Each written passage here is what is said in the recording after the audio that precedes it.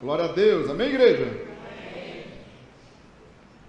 Vamos abrir a palavra de Deus no livro de Mateus, capítulo 16. Hoje é dia de ceia.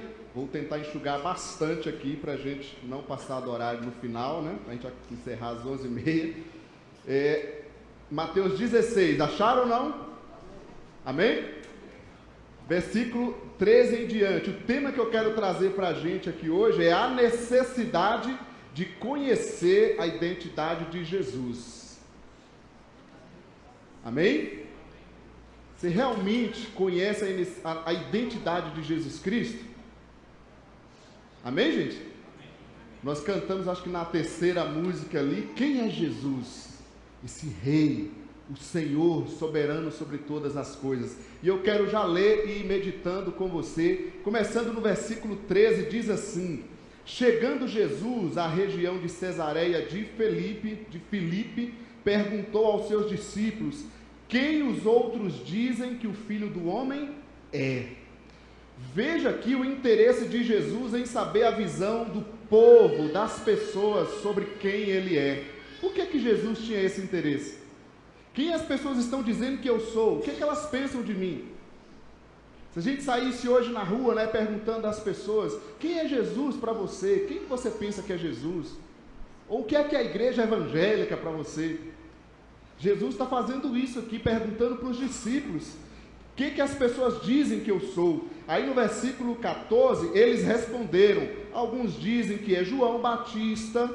Quando ele fala aqui que alguns dizem que é João Batista, espera aí, está falando de reencarnação? Não, ele está falando, eles estão acreditando que, quem sabe, João Batista, que era um profeta muito querido do povo, João Batista tenha ressuscitado. Então eles viram que João Batista foi assassinado, né? Mas eles falam: não, ele pode ser o João Batista que ressuscitou, porque ele tinha muito poder de Deus. Alguns dizem que é João Batista, outros Elias, da mesma forma um grande profeta também no Antigo Testamento, outro Elias, e ainda outro Jeremias, ou um dos profetas, algum profeta importante. E é interessante porque quando nós olhamos para a sociedade, é assim que a gente vê a visão das pessoas, né? Em muitas religiões, Jesus não é o Senhor, ele é um profeta importante. Em igrejas, até dentro do contexto, vamos dizer, evangélico, né? Dependendo do ramo dela, mas ela acredita que Jesus é um Deus menor. E assim, as pessoas vão pensando isso, elas não olham na Bíblia, ela não vê na Bíblia. E aqui o povo da época tinha essa visão: de repente é um profeta importante. Já é uma grande coisa, né? Achar que Jesus é um profeta importante. De fato, ele foi um profeta importante. Só que ele é muito mais que um profeta importante. Essa é a diferença. E quando a gente olha em muitas religiões, Jesus assim é uma pessoa, um profeta muito importante.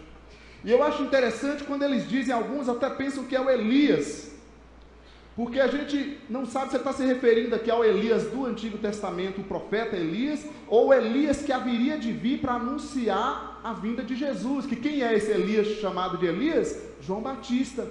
Eu não coloquei ali, mas em Mateus, no capítulo seguinte, 17, versículo 12, diz: mas eu digo a vocês, Elias já veio, e eles não o reconheceram.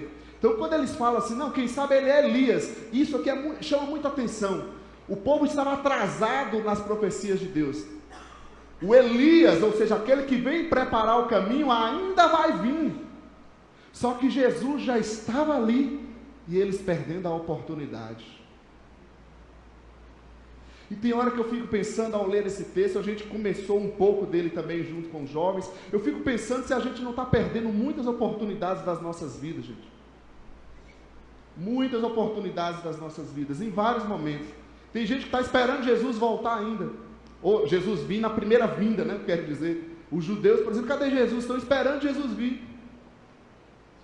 A gente está tão atolado e às vezes gastando tempo com tantas outras coisas e perdendo, quem sabe, as maiores e mais importantes oportunidades da nossa vida.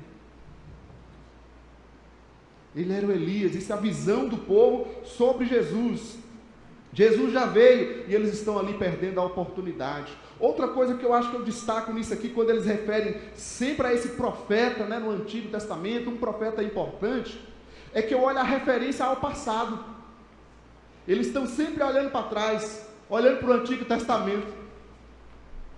E a profecia já tinha se cumprido, o Filho de Deus está ali, e eles ainda olhando para o passado. Olha para a igreja atual, para a igreja dos dias de hoje. Nós estamos no tempo da graça, diante da presença viva do Altíssimo, e tem gente que ainda está cultuando, buscando a arca do Senhor, a arca da promessa. Não é? Olha que coisa. Tem gente que ainda está na lei, está preso na lei do Antigo Testamento. Não pode isso, não pode comer isso, tem que guardar esse dia. E Jesus já veio, já rasgou o véu para nos livrar de todas as coisas.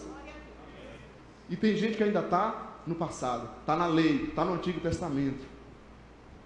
A visão do povo era assim, eles se perderam em algum momento, ficaram presos nas coisas, na religiosidade. Quem sabe quantos de nós, muitos de nós, não ficamos nessa também, presos lá naquela coisa, naquela religiãozinha que a gente se entregou um dia. Jesus é vida, irmãos. E a gente tem uns moldes que a gente fechou a caixinha e quer viver naquele mesmo patamar. Até o jeito de falar, de orar é sempre o mesmo. Só que Deus vai sempre mudar. A palavra diz que Deus vive em novidade de vida para a gente.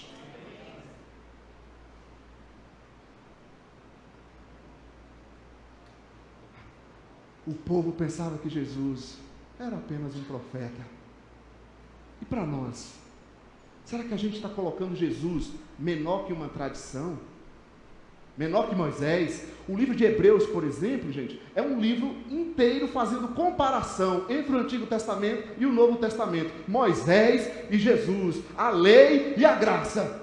Por quê? Porque os hebreus eram judeus convertidos, que estavam fazendo o quê? Ficando presos no Antigo Testamento, na lei.